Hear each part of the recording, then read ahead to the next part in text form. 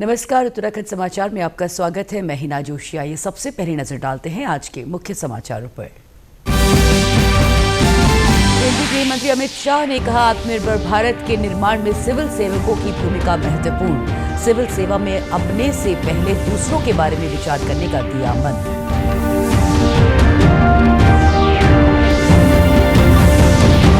खाद्य मंत्री रेखा आर्य ने सस्ता गल्ला विक्रेता आवंटन में महिलाओं को आरक्षण देने के दिए निर्देश। रिक्त पदों में महिलाओं को प्राथमिकता देने को कहा।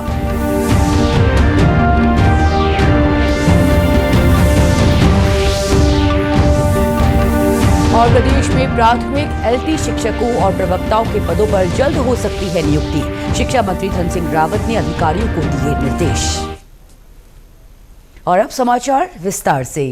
केंद्रीय गृह एवं सहकारिता मंत्री अमित शाह ने कहा कि प्रधानमंत्री नरेंद्र मोदी के सपनों के विकसित और आत्मनिर्भर भारत के निर्माण में सिविल सेवकों की बेहद अहम भूमिका है।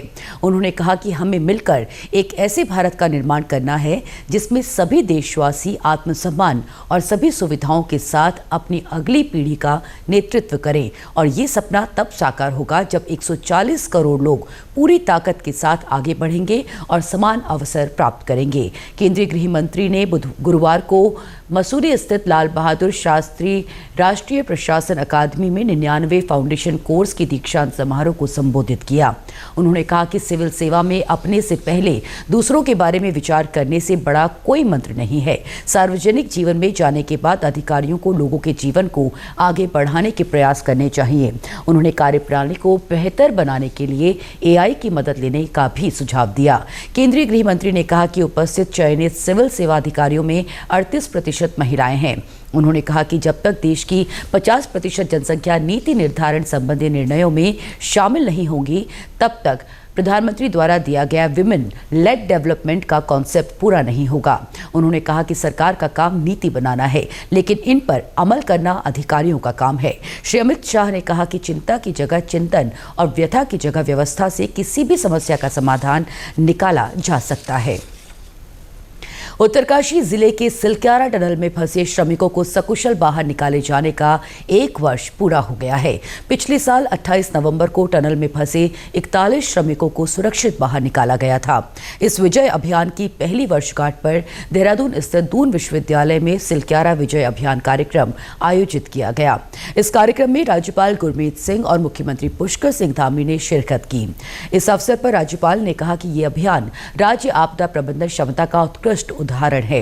ये धैर्य, लीडरशिप, कोऑर्डिनेशन और अपने संकल्प को पूरा करने का बहुत बड़ा उदाहरण है। उन्होंने कहा कि इस विजय अभियान का डॉक्यूमेंटेशन किया जाना भी एक ऐतिहासिक कार्य है।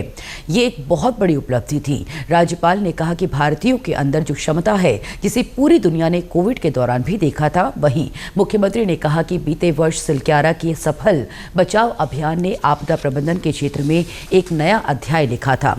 उन्होंने कहा कि पूरा विश्व सिलक्यारा टनल में फंसे श्रमिकों के लिए दुआ कर रहा था। इसके लिए उन्होंने प्रधानमंत्री नरेंद्र मोदी समेत सभी बचाव कर्मियों, प्रशासनिक अधिकारियों, कर्मचारियों और श्रमिकों का आभार जताया।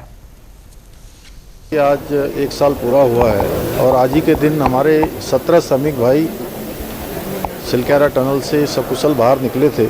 मैं इस दिन के लिए अभी आदरणीय प्रधानमंत्री जी का धन्यवाद करता हूं कि उन्होंने वो सारी टेक्निकी, सारी विशेषज्ञ, सारा वो सामान हमको उपलब्ध कराया जिसकी हमको वहाँ आवश्यकता थी।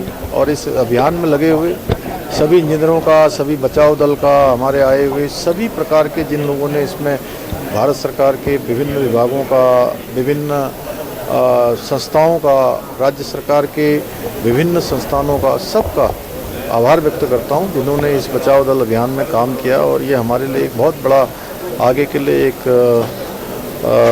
पाथवे भी है कि हम आगे चलकर जो है इस प्रकार के जो अभियान हैं, उन अभियानों में कहीं पर भी अगर हमें किसी चुनौती का सामना करना पड़ता है तो किस प्रकार से हम लोग सब एक होकर जो है आगे इन अभियानों की चुनौती का सामना करेंगे। इस अवसर पर सिलक्यारा विजय अभियान पुस्तक का विमोचन किया गया। साथ ही सिलक्यारा रेस्क्यू अभियान पर बनी लघु फिल्म भी प्रदर्शित की गई। खाद्य एवं नागरिक आपूर्ति मंत्री रेखा आर्य ने रायपुर स्थित राष्ट्रीय खेल सचिवालय में अधिकारियों के साथ बैठक की।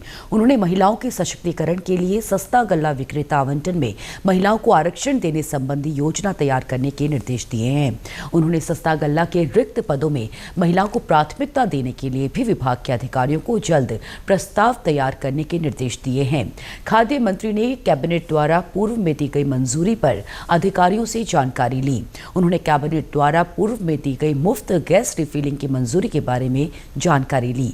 इसके साथ ही मंत्री रेखा आर्य ने सरकार द्वारा संचालित नमक पोषण योजना NFSA के तहत राशन वितरण की मौजूदा स्थिति और सस्ता गल्ला विक्रेताओं के लाभांश व भाड़ा भुगतान संबंधी विषयों की समीक्षा की।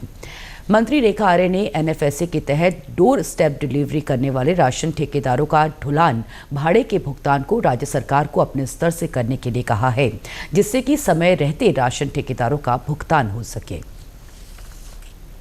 रिफिल योजना है उसका शासनादेश निर्गत होने के साथ ही जल्दी से जल्दी हमारे जो इसके उपभोक्ता है उनको सब्सिडी उनके खातों में DBT करने के निर्देश दिए हैं।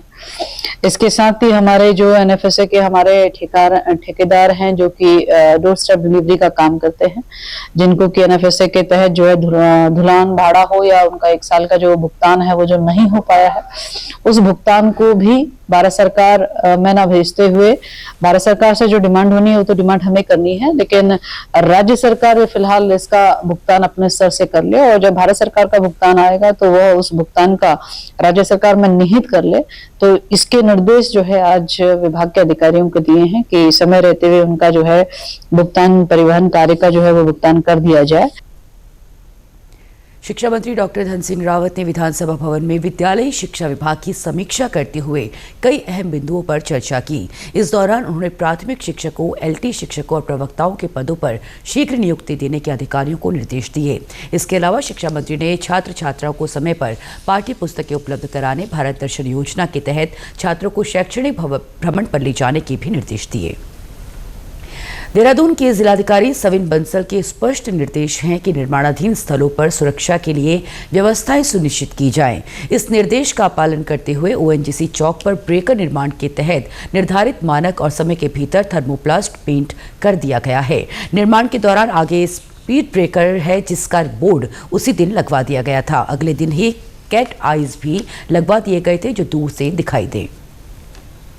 गोवा में आयोजित 55वां भारतीय अंतर्राष्ट्रीय फिल्म महोत्सव भव्य समारोह के साथ संपन्न हो गया। महोत्सव का प्रतिष्ठित स्वर्ण मयूर पुरस्कार सोले बिलोवाइट निर्देशित फिल्म टॉक्सिक को प्रदान किया गया। लेवा रेपुई काइट और वेस्टा माटुलाइट को संयुक्त रूप से सर्वश्रेष्ठ अभिनेत्री का पुरस्कार दिया गया। सर्वश्रेष्ठ अभिनेता का पुरस्कार क्लेमेंट फेवो को मिला। विक्रांत मैसी को वर्ष की भारतीय फिल्म शख्सियत के रूप में सम्मानित किया गया। प्रदेश भर में आने वाले 1 सप्ताह तक मौसम शुष्क रहने का अनुमान है। इसका कारण है पश्चिमी विक्षोभ का सक्रिय न होना।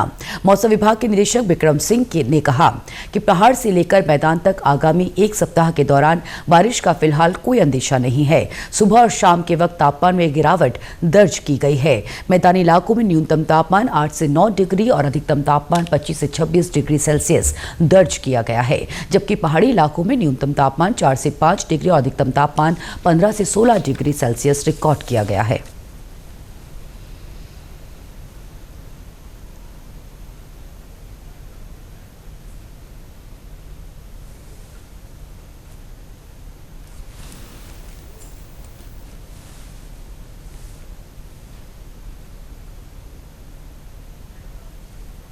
देश के सार्वजनिक प्रसारक प्रसार भारती ने OTT प्लेटफॉर्म के क्षेत्र में कदम रखते हुए हाल ही में वेव्स की शुरुआत की है। ये डिजिटल मीडिया और OTT दर्शकों को एक संपूर्ण एंटरटेनमेंट इकोसिस्टम देता है। अगर आपको भी चाहिए फ्री में शानदार कंटेंट तो आज ही डाउनलोड करें। QR कोड के जरिए भी वेव्स ऐप डाउनलोड की जा सकती है। इसी के साथ अभी तक के समाचार समाप्त हुए। दूरदर्शन समाचारों से जुड़े रहे। मिलते हैं फिर शाम 5 बजे के बुलेटिन में। तब तक के लिए हमें दीजिए इजाजत। नमस्कार।